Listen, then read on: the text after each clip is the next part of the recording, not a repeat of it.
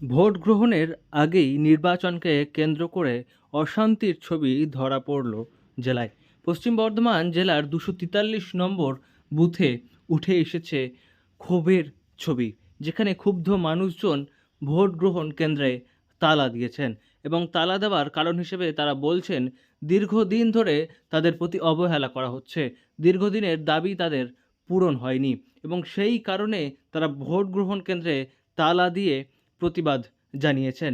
খবর পেয়ে সেখানে প্রশাসনিক কর্তা এবং পুলিশ কর্তারা পৌঁছন, কিন্তু মানুষজনের ক্ষোভ সেখানে রয়েছে চরমে। কিছু না কালকে তো ভোট আছে। আজকে আমাদের আমাদের লাইনের প্রবলেম, আর কিছু না। আমরা যেমন আর কালকে আমরা ভোট দিবার আছে, আজকে আমাদের প্রশাসন আমাদেরকে দেখতে এসছে, যে বুঝাতে এসছে যে আমরা ভোট আমরা ঝামেলা করছি। আমরা ঝামেলা কিছু করিনি। আমরা যেমন অন্ধকারে থাকছি, ডেলি থাকছি, আমরা অনেক দিন থেকে আমাদের সমস্যা। আমাদের প্রশাসন কেউ আমাদেরকে কিছু দেখতে আসে না, কোনো প্রবলেম আমাদের এই লাইনের খালি একটা, আমরা তো কিছু খুঁজি নেই। আমরা খালি লাইনের জন্য আমাদের অতদিন থেকে লড়াই। উল্লেখ্য 13ই মে অর্থাৎ আগামী সোমবার রাজ্যে চতুর্থ দফায় নির্বাচন হবে আসানসোল লোকসভা কেন্দ্রে। এই আসানসোল লোকসভা কেন্দ্রের অন্তর্গত জামুরিয়া বিধানসভা এলাকা। সেই জামুরিয়া বিধানসভার অন্তর্গত 243 নম্বর বুথে ধরা পড়েছে এই অশান্তির ছবি। স্থানীয় বাসিন্দাদের অভিযোগ, দীর্ঘদিন ধরে তারা বিদ্যুতের সমস্যায় ভুগছেন।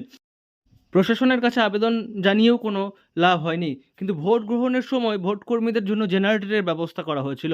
কিন্তু গ্রামবাসীদের দাবি যে তারা দীর্ঘদিন ধরে অন্ধকারে থাকছেন, বিদ্যুৎ ছাড়া থাকছেন, তাই ভোটকর্মীদেরও এই একদিন থাকতে হবে অন্ধকারেই এবং বিদ্যুৎ ছাড়া, এবং তাহলেই বোঝা যাবে তাদের আসল সমস্যা, এবং সেই কারণে তারা ভোট দিতে রাজি থাকলেও জেনারেটরের ব্যবস্থা করতে দিতে নারাজ। গরমে কীরকম লাগে, অন্ধকারে কীরকম, আমরা আমরা দিব ভোট, আমরা বলছি না কি দিব না, আমরা ভোট দিব, কিন্তু আমরা জেনারেটর নামাতে দিব না। এর আগেও তো নির্বাচন হয়েছে, তখন থেকে বলা আছে। আমাদের এখন থেকে নয়, অনেক দিন থেকে আমাদের এই লাইনের জন্য খালি লড়াই, আর কিছু না। খালি টাইমেই হচ্ছে। সেই সময় কি একই রকম জেনারেটর নামিয়ে ভোট করাতো নাকি? হ্যাঁ, একই রকম খালি জেনারেটারে আনতো, জেনারেটার ওই ভোট নিয়ে পরে চলে যেত। এখানে লাইন কি ইসিএল কি স্টেট লাইন? এইটা এসিএল এর। এখন আপনাদের কি দাবি আছে? আমাদের আমাদের আমাদের লাইন চাই। উল্লেখ্য, ভোট গ্রহণ হবে আগামীকাল অর্থাৎ সোমবার।